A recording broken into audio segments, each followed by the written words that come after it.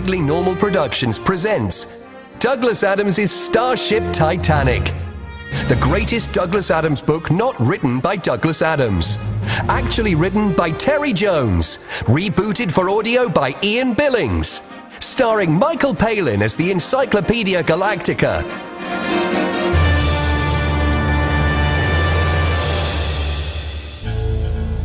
The intriguing and altogether bizarre story of the Starship Titanic began, not as many believed, at the launch ceremony on the planet Blerontin, prior to the incident with which the ship became synonymous. It began on a somewhat inconsequential planet, which lesser publications have dismissed as mostly harmless. We at the Encyclopedia Galactica, whose field journalists spent years investigating the diverse cultural and geopolitical makeup of the planet, have instead declared it generally harmless. And of the 7.8 billion dominant life forms currently inhabiting this blue-green planet, it was one known as Nettie, who was to utter 6 startlingly prophetic words. Things don't just disappear, do they? Well, that depends. Nigel, I still can't find the car keys. Here. Why didn't you tell me you had them all along? You didn't ask. It's okay, Nettie. Dan and I disagree all the time. No, we don't. See what I mean? This place is perfect. You're not kidding. A boutique hotel restaurant in a 180-year-old rectory? We're gonna call it the Watergate Hotel. Won't that be putting off visiting Republicans? Not these days. Go and turn the car around. There's a good girl. Pat my bottom again, and you can fetch it yourself. This is the one, Nige. This is what Lucy and I always dreamed of. And you can afford it. DNA travel is now officially sold to the consortium. What is she doing? I thought you were turning the car around. I'm taking a photo of the house, Nigel. Dan and Lucy's hotel beneath the stars. Hey, that's weird. What is it? Can you see that? In the sky? Is it a spaceship? Don't be daft. Whoa, whatever it is, it's causing a very windy wind. Only a few hours prior to Dan's incisive tautology, 19,000 light-years away, on the other side of the universe, everyone here at the press conference is waiting for the arrival of Leovinus. No one has yet even caught so much as a glimpse of the new starship he has designed, hidden from sight till tomorrow's launch. Rumors are that it will not only be the most technologically advanced, but also the most beautiful ever created. Something's happening. Species of the press, please welcome onto the stage not only the greatest architect, not only the Gold Cuboid Award winner 3 epochs in a row, but also the greatest starship designer in the galaxy. Tonight, wearing an artificially cultivated toupee, beard and eyebrows, it's Leovinus Buckhamster. And it has to be said, Buckhamster is not looking comfortable. I am ready to receive your questions. What is it like to be not only the greatest architect the galaxy has ever known, but also the greatest mathematical genius, a world-class fish-paste canapé arranger, and the designer of the greatest starship in the history of the universe? Oh, you're really most kind. It was nothing. Next. You have designed a starship capable of revolutionizing interstellar travel. So the big question is, how awesome are your eyebrows? So generous. Very is the answer. Next. Exactly what was the scientific experiment you were working on when you lost your original eyebrows? How do you answer the serious allegation corners have been cut during the construction of the Starship Titanic? And the rumours of financial improprieties involving your accountant, Scraliontis. Such insinuations are beneath contempt. And isn't it true the standard of workmanship has plummeted since the building shifted from Yasaka to Blerontin? Absolute poop. What do you say to the collapse of the Yasakan economy due to the loss of the contract? I'd be betraying the sanctity of my genius were I to compromise my artistic vision for the sake of fiscal expediency. Don't you think these are questions you should be addressing? Yeah, thank you. Now, you'll have to excuse me. I'm needed aboard the ship. Wait!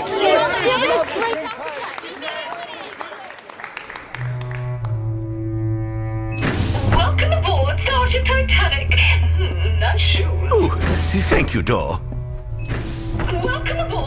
Starship Titanic. Nice shoot. Last-minute checkups. Bloody journalists. Haven't you tormented me enough? Is this ship ready? I just passed a shifty-looking construction worker. Said they were looking for their parrot. I don't believe it. Go away! I mean, it all looks very elegant. Typical late Leovinus. Look, why don't you... Oh, you think? Yes, imbued with a lightness perhaps lacking in your earlier work. Who influenced that? Ah, that's the system I designed to run the ship. Cyber intelligence. Oh, more than that. The ship's intelligence has been imbued with emotions, with personality. Its name is... Titania. But the workmanship here on Blerontin is nowhere near good enough to finish a ship of this sophistication. Nonsense! The Blerontin Amalgamated Unmarried Teenage Mothers Construction Units are perfectly capable. Welcome to the Starship Titanic! Allow me to show you the facilities available to second-class travelers. Is that doorbot faulty? Eh? Of course not. Through here, It's talking to the wall light. you may see the Grand Axial Canal, second class. It just walked into a closed door. Scraliontis, that bastard. Scraliontis? Eh? Oh, nothing. This way! Now it's pointing at the ceiling. Just follow me. Ignore the bot. Enjoy your honeymoon, you lucky couple.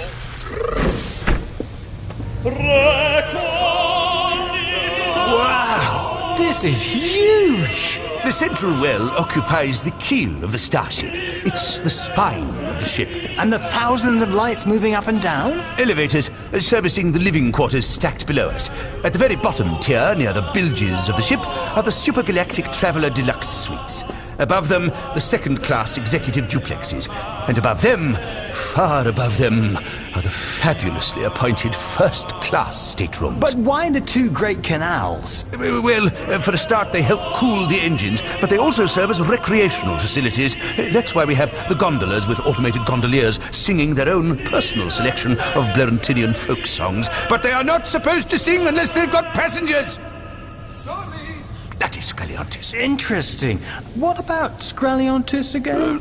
Nothing. Absolutely nothing. Gondolier, over here. Si, welcome to the Grand Canal. Promenade deck level and get a move on. Si, house proud and religious mother of twins. What's wrong with the bots on this ship, Leovinus? I'm telling you this in strictest confidence. I think Scraliontis has been skimping on the synthoneurons. And that's a bad thing? Every bot on the ship has a fail-safe neuron embedded in its circuitry to cancel out non-rational behavior. Would the ladies like to hear me gargle our national anthem? Or at least should have. Be quiet! Oh, God, this is bad news. I beg you, don't mention any of this. Of course not. Here we are. Grazie, signori.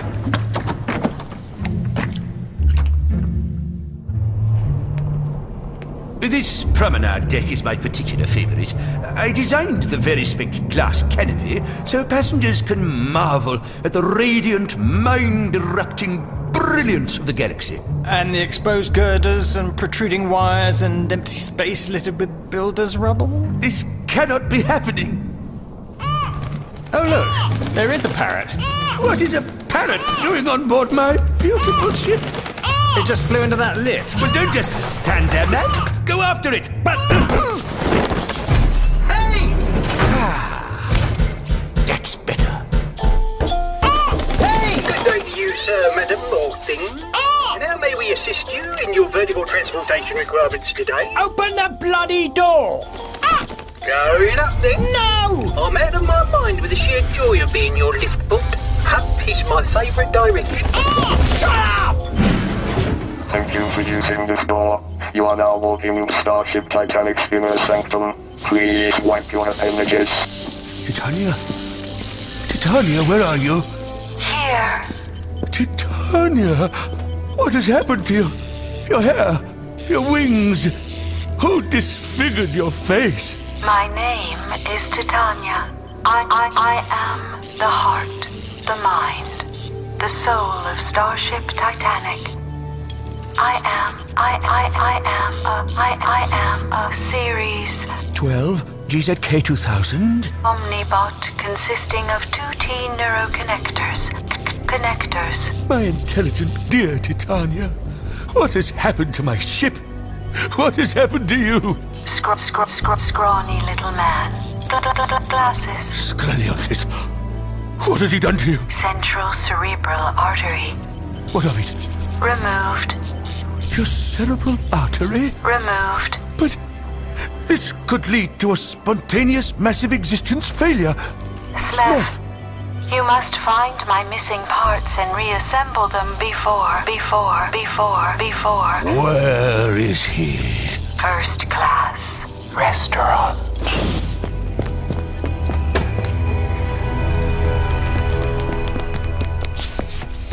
Good evening. I am your matron D-bot for this evening. May I inquire whether you've booked? No, but I designed this entire ship and coded your patronizing neuropersonality. Be quiet. It'll be a great pleasure to not only be quiet, but belt up, cease to babble, and generally get lost for you, sir. But may I recommend a change of vestment before partaking of cocktails? The first-class restaurant requires a jacket and tie. Out of my way. I'm sorry, sir. Dressed as you are, I have to inform you that we are at the moment tottering on the cusp of fullness. The place is empty.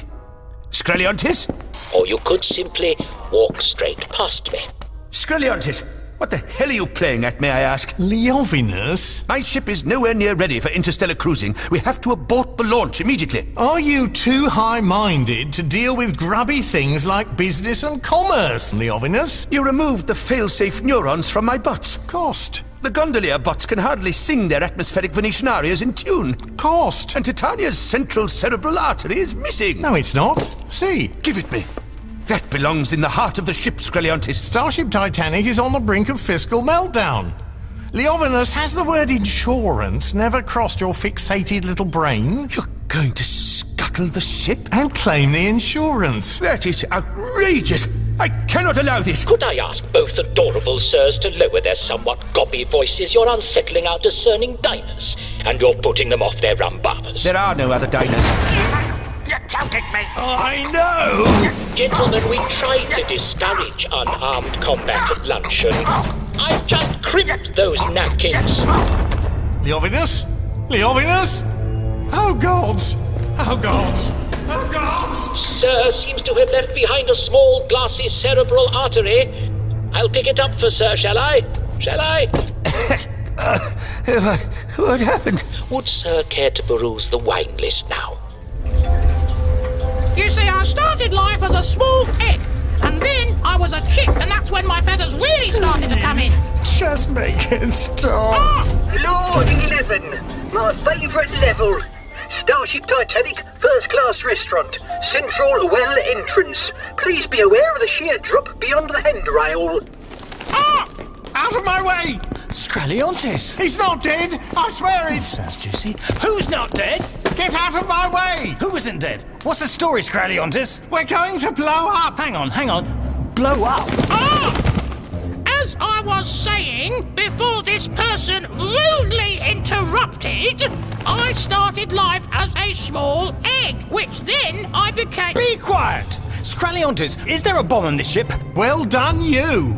Without Titania's central cerebral artery, there's nothing you can do! How's that for a scoop? The singular sentence which Scraliontis would regret, in the very short time left to him to regret it, was not, as you may think, how's that for a scoop, but a sentence he uttered during the early days of cost-cutting measures, while sitting in his office jacuzzi. That sentence was, why spend good money on a handrail no one's ever going to lean on? And with a probability so statistically unlikely it would make your ears pop, it was that self-same handrail against which Scraliontis was currently leaning. The situation was compounded by the intervention of a very frustrated parrot. Never mind a bloody bomb! I was telling my life story! Get it off me! Get it off me!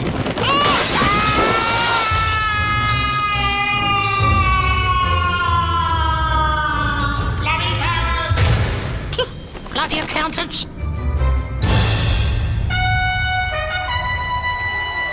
Sirs, madams, and things, fellow Blerontinians, as the Gat of Blerontin, the ultra-lofty and most significant statesman on the planet, and sadly the designer Leovinus Buckhamster is not here, it falls to me to officiate the launch of Starship Titanic. And due to the momentous magnitude of this launch, we have designated today a fish paste canopy event. Tasty! It is now my privilege to pull this cord, which will drop the great screens to reveal and launch the greatest starship ever built. I named this starship Titanic. May luck be with all who fly with her. 3, 2, 1, launch! Oh, it's gone. Rather intriguingly, and with the kind of synchronicity that makes astrophysicists whoop at the exact moment immediately following the spontaneous massive existence failure of the Starship Titanic, it succeeded in existing, by highly improbable coincidence, in stationary orbit directly above a mostly pleasant sector of a small blue-green planet, which the inhabitants, for reasons best known to themselves, had chosen to name Oxfordshire. At that precise moment, one of the planet's dominant life forms was pointing up at it, and with the primal curiosity which had precipitated thousands of years of evolutionary growth, was shouting, "What the hell is that?" It is a spaceship! Something's dropping down from it. It looks like an elevator. Yeah. My phone's in the car. I'm calling the police. Nigel, wait! Lucy, are you okay? Ah! I really don't think she is, Dan. Good evening, unknown life forms. The proprietors of Starship Titanic Incorporated would like to unreservedly apologize for the inconvenience you experienced due to the wholly unintended emergency parking of their starship. Ah! This is not a language with which my memory banks are familiar, but I shall endeavor to replicate it. No. By way of apology, may we have the honor of offering you all a free cruise on our starship. Ooh. Every stateroom has hot and cold running water and complimentary minibar. Well, I sure could use a drink. The apology and offer have now been accepted and are bound by the company's terms and conditions, and thus obligatory. I unreservedly apologize for having to bring you aboard via the service elevator. Please do not be alarmed. Oh God, oh God, oh God! Oh God! Hello, Oxford Police Station, can I help you? It didn't happen. It didn't happen. Didn't it, sir? Then there's not a lot we can do about it, sir. Could I suggest you call back when it does? No, hang on. Good evening. Oh, did it just happen, sir? Listen. A massive spaceship just appeared overhead. Someone who is clearly not human is sitting in my car, and one of his eyebrows has just fallen off. Sorry about that. I'm not entirely sure any of those are illegal, sir, but do feel free to call again when you come across something that is. Perhaps a little tonic with it next time, sir. Eh? My God, smell that opulence. This place is awesome! This is the embarkation lobby, sir and madams. I am your reception desk board. As supergalactic travelers, you are entitled to pass through here, but your facilities are available on your own decks. Lucy, you okay? Can you warn us if you're going to scream again? I want to go home. Well, I'm afraid you can't leave the ship. Now, I'm your desk bot for the duration of your entire checking-in experience. Do you have any pets? When you say pets, do you mean, like, pets? Personal electronic thingies. Pets. Every passenger on the Starship Titanic has a pet. If you have none, I could issue you some. Thanks. Perfect for interfacing with all our cybernetics facilities on board, and of course, for clocking up those oh-so-important space miles. Now, how may I help you? Are we prisoners? No, madam or thing, of course you are not prisoners. It is simply a physical impossibility for you to leave at this moment in time, because the starship is in flight. Well, I demand to speak to the captain. Oh, you can't speak to the captain. The captain's bridge is only accessible to first-class passengers. Ah! Lucy? Please refrain from shouting on the embarkation level. There may be first-class passengers about. How do we get an upgrade? I can only upgrade you if you pay in advance with a platinum exclusive card, or if you have accumulated the requisite amount of space miles. Dan, Lucy, I have an idea. Come over here and huddle. Tinkle my virtual bell if ever you need me. Okay, so we're not going to get any help from that trumped-up dongle. We have to speak to the captain, but we can't speak to the captain because we're second class, so we need to find some way to communicate with him. Agreed. And there is only one place with which the captain needs to be in constant contact on any ship. Exactly. Where? The engine room. I'm going to find it. What the hell is that? The gondolier sang in her ear. I think my boat just came in. It is as a tip. See, customer-facing cybernetic gondola. Can you take me to the engine room? See, perspicacious lady orthodontist. I have pleasure to scoop you to your destination. Shouldn't you be singing when you've got a passenger rather than the other way round? Si, senora. There is something wrong with the ship's central intelligence system. Excuse us, weird reception desk robot?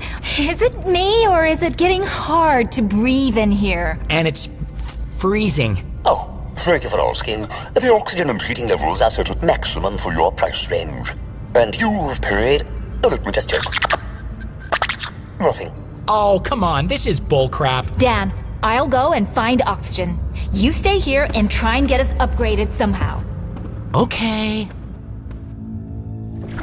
This jolly lady of Blancmange is engine room. Landing doors to manual. I like to sneeze on lemons. The gondolier was on his knees. Welcome to the engine room. Hello, Doorbot. I need to speak to the captain. I figure there may be some kind of communication device in the engine room that links directly to him. Probably yes, but you can't speak to the captain. Okay. Okay, Buster, see this? Yes? It may say John Lewis loyalty card, but it's actually a special customs and excise search warrant. Oh, okay. Through you go. Have a nice day, Johnny. Hello? Hello? We're passengers from Earth. We'd like to go back there. Maybe. Hello? Okay, come on, Nettie, figure it out. There has to be some sort of communication between the bridge and the engineers. Try up the ladder. Oh.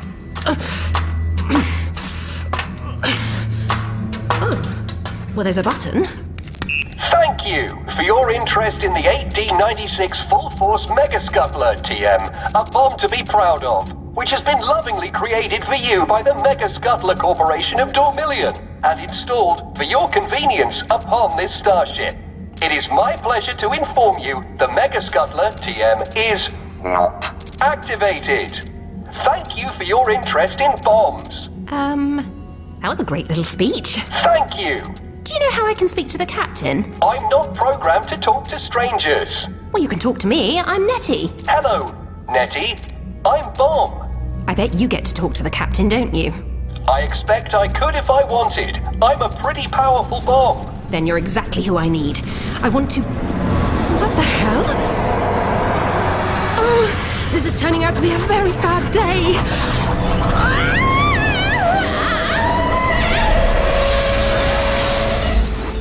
You know, I'm not programmed to deal with this level of stress.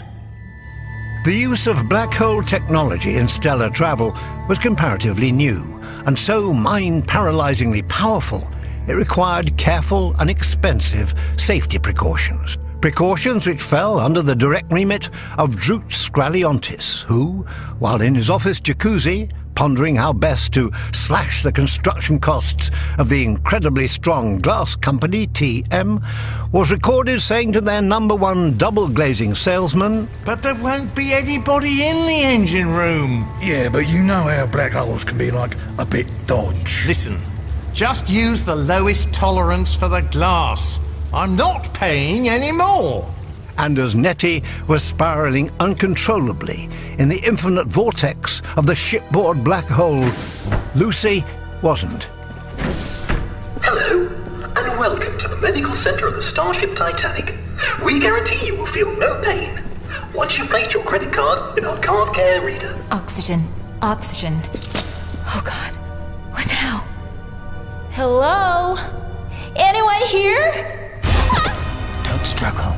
I could break your neck. And I can scream really loud. Really loud? Painfully. If I let you go, do you promise not to scream? Yes. There.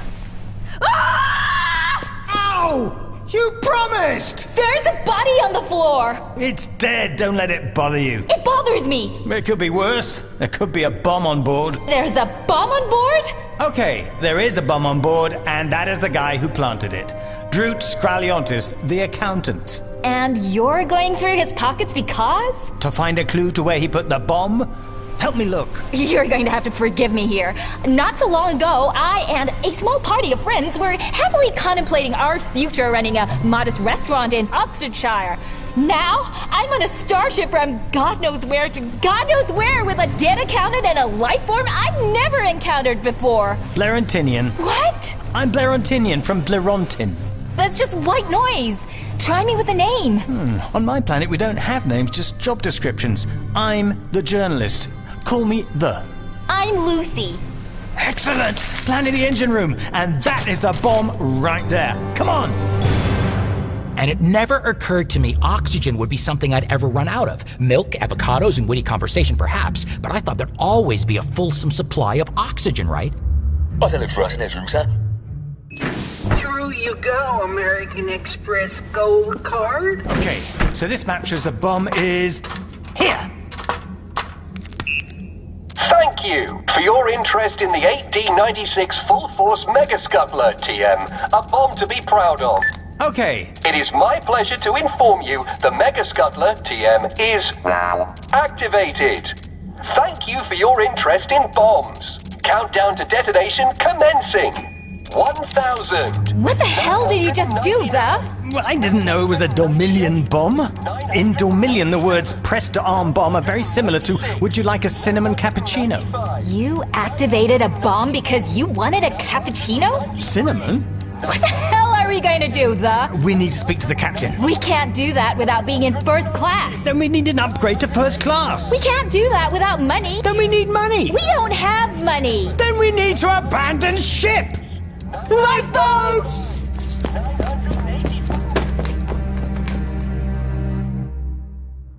I've always been rather fond of air. I love the way it keeps the clouds up. I love the whooshing noise it makes as it goes by. Perhaps you should write it all down, sir. Bomb! Where are the lifeboats? Did this creature just say bomb? Dan, the. There's a bomb on board. I think you'll find bombs are generally harmless as long as they're not activated, the. Listen, Dan, now's not the time to discuss who may or may not have activated a 12-megaton thermonuclear explosive device. Oh, God, I've only just met you and I hate you. We need to get to the lifeboats. Despot, how do we get to the lifeboats? You'd have to get into first class. Not again. Get us into first class now! Unhinged my neurocortex. You shot me. Listen, you dumb bot. This is a matter of life and death. We need to get to the lifeboats and... What the hell was that? And what the hell is this? Hello, Dan. Hello, Lucy. Dear God, it looks like something exhumed from the Valley of the Kings. In the room. I am actually in the room. Nettie? Is that you? What the hell has happened to you? I'm fine. Despot, take my personal electronic thingy and upgrade everyone. Nothing fills me, Despot, with greater joy than upgrading passengers to our first-class facilities. You are now free to step forward into first class. May I be the first to congratulate you on choosing this portal. A first-class door for first-class passengers. Air. Nettie, what happened to you? To fully answer Lucy's question, it's vital to scroll back to the engine room, when Nettie was attempting to locate a device for contacting the ship's captain.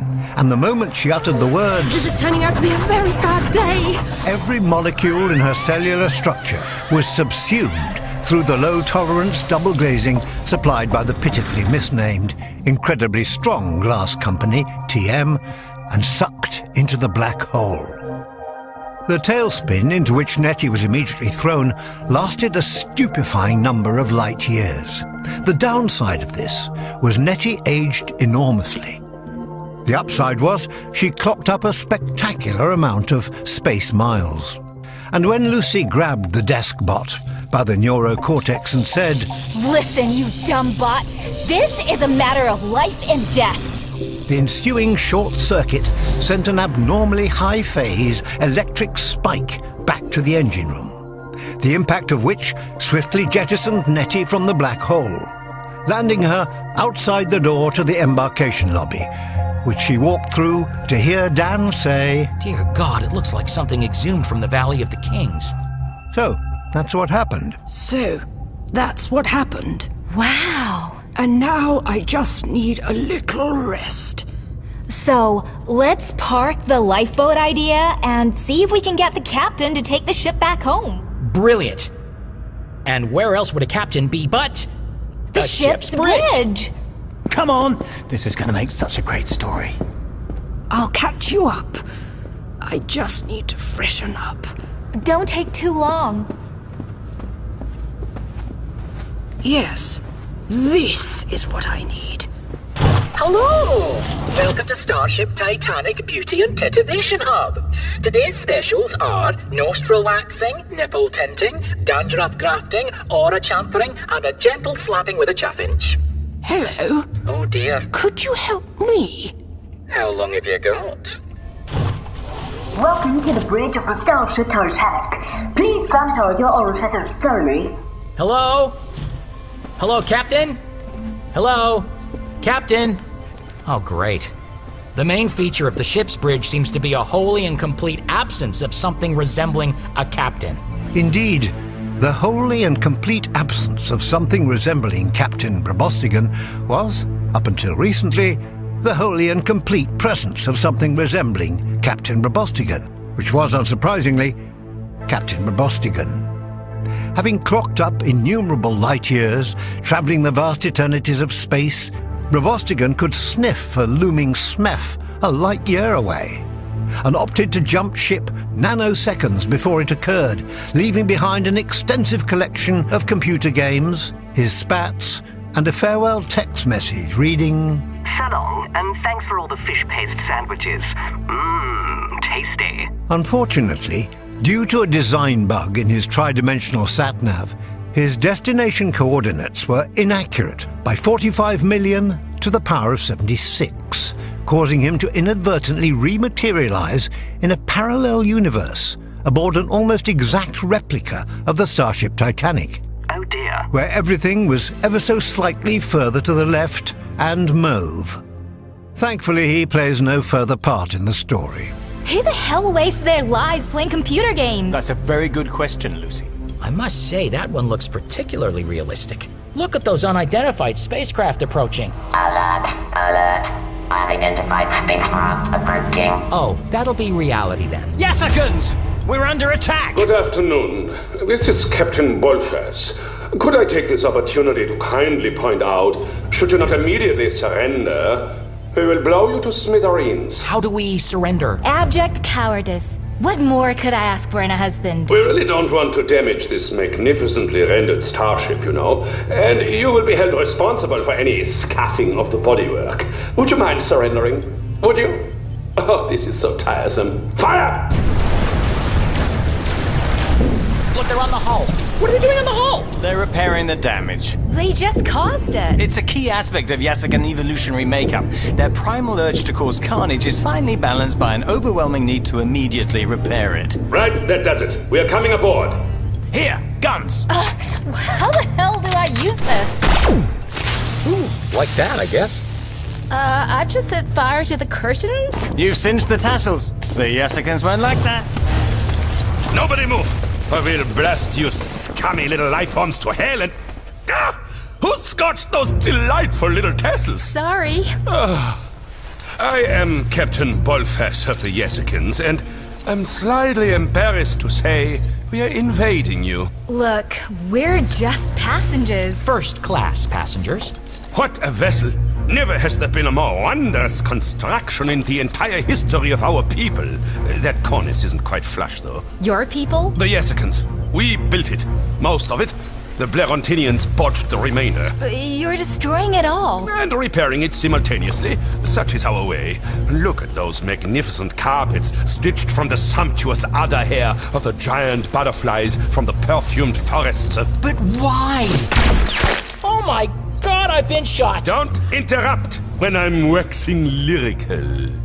Despite being a wholly peace-loving and kindly race, with a highly evolved skill for fixing and mending, the Yassicans are also prone to blind, bloodlusting rage when confronted with sloppy workmanship.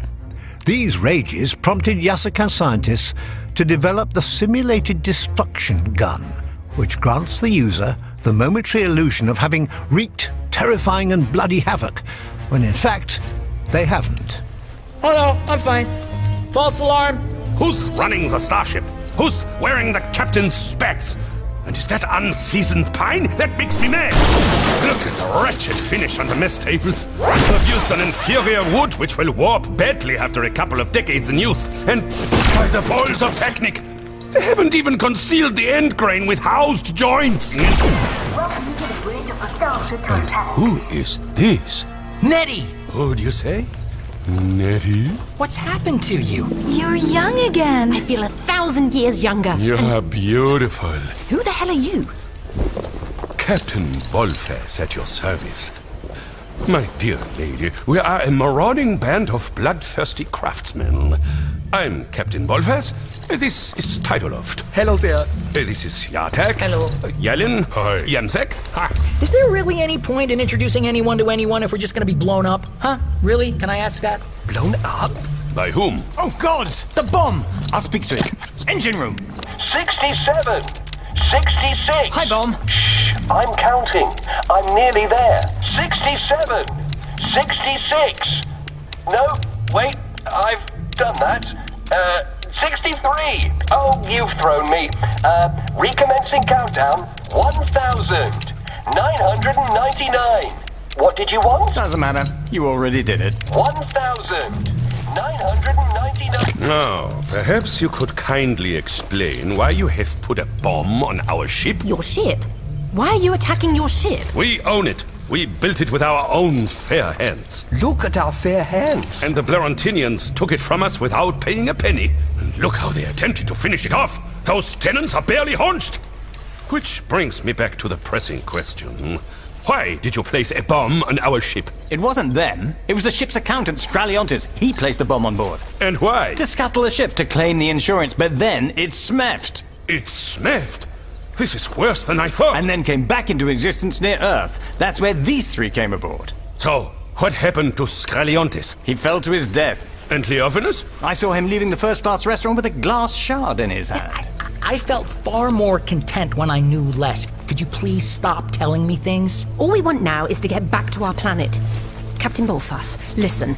Could you guide this starship back to Earth? I'd be delighted. The location coordinates will be safely stored within the immense memory of Titania. All I do is input the name of your planet, thus E-A-R-T-H. The central cerebral artery's current status is missing. The glass shard Leovinus was carrying! And if we cannot locate the missing artery, then Titania cannot locate your Earth. We have no choice other than to limp back to Yassaka. I think we could make it, sir. Just. And what about the bomb? We'll just have to keep resetting it whenever it gets near zero. It'll be a long trip, sir. Days. Do it. This is what the entry for Yassaka says on the Omni website, Planet Advisor. If you like DIY, this is the planet for you. Where once grew rainforests, now stand acres of laminated shelving units. Where once mighty rivers coursed majestically through green valleys, finely veneered sideboards and occasional tables now cluster around enchanting hillocks of scatter cushions and chindi rugs. All visitors to Yassaka require a passport, inoculation against 7 variants of bacterial fever, and a socket set. Approaching Yassaka, sir. Another alarm. How exciting. Attention, please. We are the official loss adjusters of the Magna-Core Insurance Company of Blaronti. You said I could say that. Shh. Loss adjusters? Blarontinian loss adjusters. Worst kind. We hereby repossess this starship as lawful property of the Magna-Core Insurance Company. Evacuate immediately. When leaving the starship, please check you have all your luggage and belongings with you. So embarrassing. Ow! Every Yesican take arms. Tidaloft, show these adorable life forms to safe quarters. I'd be delighted, sir. You are addressing Captain Bullfat of the Yesicans. Starship Titanic was stolen from us, and our families have faced poverty and hunger ever since. It is ours by right of salvage, and we've brought it back to Yesica. So go suck yourselves. Incoming loss adjusters. Have some of that! And some of this! Nettie, Lucy, I do hope your guns are set to simulated destruction, otherwise you'll... Oh, you already have. Great shot, Nettie. Stop slaying loss adjusters. I actually don't mind not fighting. Everyone, in here. Oh my god! We're in the engine room! The bomb! Are you there, Bomb? 93. Hello, Nettie. Bomb, reset the countdown. I was talking to Nettie. Hello, Bomb. I'm a bomb to be proud of. I know you are, Bomb. I like hearing your voice, Nettie. I like hearing your voice, Bomb. You're not just saying that. They're getting closer. I think they may slightly kill us. Bomb? Yes, Nettie. Will you start the countdown again for us? I really shouldn't, you know. Please? Okay, but this will be the very last time. Here goes. 1,999. Thank you, Bomb. Okay, let's see off these loss adjusters.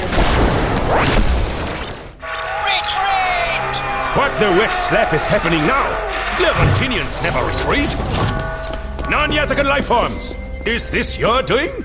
They fired straight at them! Straight at them, sir! You can thank us later. You actually shot directly at them. Isn't that what you're supposed to do? It's exactly what you're not supposed to do. Yesicans have a strict moral code. We were just trying to save our lives, your lives, and the ship, that's all. Can we deal with the bomb now? Well, I think I should at least write a letter of apology to the Blarontinians first. The bomb! Oh, very well. I'll arrange to have it diffused. 835. 834. Oh dear me. Who defused your last bomb? Look at that. Initiation fuses all over the place. Do we have enough time? Depends. Hi, Nettie. Hi, Bomb. Don't you fret, my dear. I come from a long line of bomb disposal experts. My father was a bomb disposal expert. My grandmother was a bomb disposal expert. My uncle won the award for best bomb disposal in an alien language at the Bangies. Of course, he wasn't there to collect it himself. No. Can we get on with it, please? Now, I'm looking for the diffuse button. It's got to be here somewhere. I am the diffuse button. Please depress me at will. Ah, see? Automatic diffuser. That'll make life a bit easier for us. Oh, thank you so much for pressing me. That was surprisingly straightforward. Congratulations! You have temporarily defused the 8D96 Full Force Mega Scuttler, TM. Temporarily? The 8D96 Full Force Mega Scuttler, TM, has direct integrated connectivity with Starship Titanic's internal cyber system, which is currently bouncing back intranet messages, rendering the order inoperative. Consequently, the 8D96 Full Force Mega Scuttler, TM, has gone into Doomsday Mode! What the hell is Doomsday Mode? You know what? I was just thinking that myself. Do not approach me. Best to back off a few thousand light years. The 8D96 Full Force Mega Scuttler, TM, will detonate in precisely 6 million days from now. Thank you! The perplexing peculiarity of the Dormillion Day is one which has baffled physicists for millennia. As the suns and moons on Dormilia have an erratic and inconsistent orbit, no day is ever the same length. Consequently, when an 8D96 Full Force Mega Scuttler, TM, promises to detonate in precisely 6 Dormillion days, no one quite knows what it means. If you were to ask me, I'd say the only way to get that bomb out of Doomsday Mode is to find the central cerebral artery. Which Leovinus has. And he's on Earth. Once you replace that, I can cancel the Doomsday Mode, you see. It'll cost you, though, double time for weekends. We have 6 Dormillion days. 10 Earth days, give or take. Give or take what? 10 Earth days. So to get the missing central cerebral artery, we need to find Leovinus somewhere on Earth. He could be anywhere by now. But we can't get to Earth because the central cerebral artery is missing. Catch 18, as we say on Jessica. We're screwed, as we say on Earth. Welcome to the finely handcrafted planet of Jessica. Please have your passports, inoculation certificates, and socket threads ready for inspection.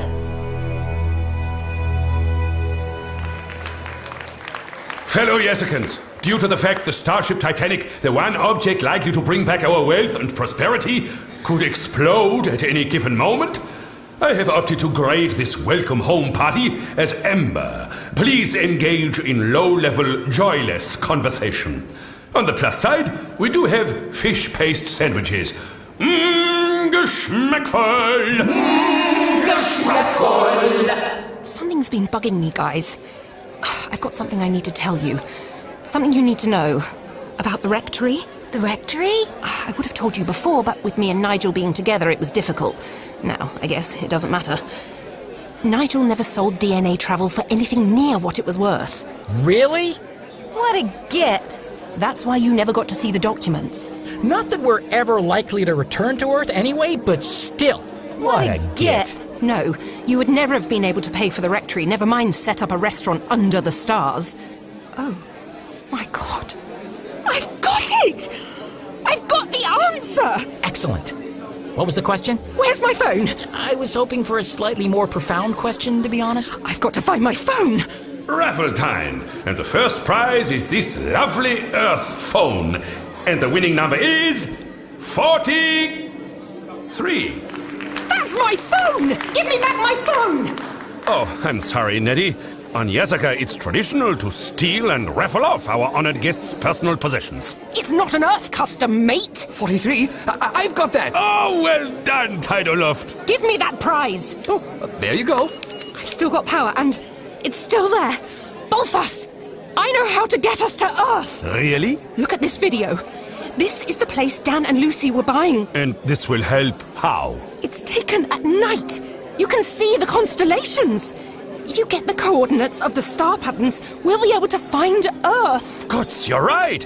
There will only be one place in the entire cosmos with stars in that exact configuration. Put down those Dentresi crab sticks. Set a course, Tidoloft. Sir. For the most respected and venerated mind in the known and indeed unknown universe, being locked in a cold cell on a neglected and evolutionary retrograde planet was not Leovinus's idea of a wild night out. He idly detached and reattached his eyebrows as he contemplated his situation. Being unconscious throughout the entire spontaneous massive existence failure was not my mistake. Neither was finding myself in a field clutching the central cerebral artery as the starship I lavished time and energy on rose into the night sky, leaving me stranded on this unknown and slightly damp planet. No, my mistake was climbing inside something called a mini Clubman Classic and discovering it already occupied by a particularly dim-looking carbon-based life form called Nigel, who, instead of following universal greeting protocols, screamed like a dingo, shouted, "Everything I have is in the glove compartment! Just don't harm me!" Then wet himself. My final mistake was allowing it to drive me to my current place of residence, which I am becoming increasingly convinced is not an hotel. Ladies and gentlemen of diverse species, tribes, classifications, we have arrived at ZZ9 Plural Z Alpha, planet Earth. Launch the landing craft. UK, Oxfordshire, Sector 567A, Subsector 9, and closing. Your rectory. It's deserted. Okay, I need to talk to Nigel. We left him cowering in the car. He must have seen Leovinus leaving the ship. I've got to talk to him. Oh, damn, no signal. We'll have to go to his flat. Location? London, Earl's Court Road. That's right, Mrs. Johnson. Can I call you Mabel? Well, the last thing I'd need, Mabel, is the last 3 digits on the back of the card. Could you hold for a moment, Mabel? Nigel! Oh, Nettie! Weren't you abducted by aliens? Nigel, this is urgent. And how did you get in? You gave me a key when we were in a relationship. Were? Past tense? Depressing. Listen, I need you to think back to the night of the spaceship. Spaceship? After it took off, did you see anyone? You mean like a therapist? No! Did you see an old man hanging around the place? Well... Nigel, our entire civilization depends on this. White beard? White beard? Carrying a glass shard? Yes, I did. And? I took him to Oxford police station. That's it. That's all I need. Here's your key back. Have a great life. Bye then. Here, Methuselah. You got visitors, mate. Leovinus! My dear friend, a fellow Blerontinian, what an utter joy to see you. Leovinus, have you got it? It, my dear lady? Ah, well, I'm no longer sure whether I still have it or whether it was lost eons ago. Oh, when I look back on my long existence, I feel I've frittered it away. I mean, do you have the central cerebral artery? Oh, that? Oh, I threw it away. Where? In that slop bucket over there. Oh, God! I'd give it a rinse if I were you. Would you like the police issue rubber glove, madam? How long will it take us to get back to the ship? 20 or so Earth minutes. And 20 or so Earth minutes was, give or take the odd nanosecond, almost precisely the time it took. Then, out of the inky blackness of the cosmos, refracting radiant shafts of golden light off its majestic hull, surged the breathtakingly awesome shape of Starship Titanic. Thank you for using this door. You are now walking into Starship Titanic's inner sanctum. Please wipe your appendages. Titania, I return to you your central cerebral artery. I am Titania. Is that a good sound or a bad sound? That, my friend, is the very reassuring sound of unused neurons pulsing new life into the greatest ship ever created. I am a Series 12 GZK 2000 Omnibot, and all will be well once more. I'm in the engine room with our bomb disposal expert. You are clear to go ahead, my friend. I'm an 8D96 full-force mega scuttler, TM. A bomb to be proud of. You have successfully pressed the defuse button, and I am now incapable of thermonuclear destruction. We're sorry we will not be fulfilling your annihilation requirements today. Thank you for using our service. Please complete our customer satisfaction survey. Goodbye, Bomb. Goodbye, Nettie. And thank you. Of the many and varied alternative realities in the magnitude of the multiverse, it would have been very satisfying to hear that Captain Bolfas and his Yassican mercenaries continued to viciously handicraft their way across the universe, wrecking and repairing in equal measure, or that Leovinus had spent increasingly more time nurturing Titania's growth. It would have been totally gratifying to hear Nettie had become the CEO of the Starship Titanic and turned it into the finest star hotel in the cosmos. Or that Dan and Lucy had returned to Earth after being married by the only ordained minister on board. You may now kiss the bride. Those were just some of the infinite endings.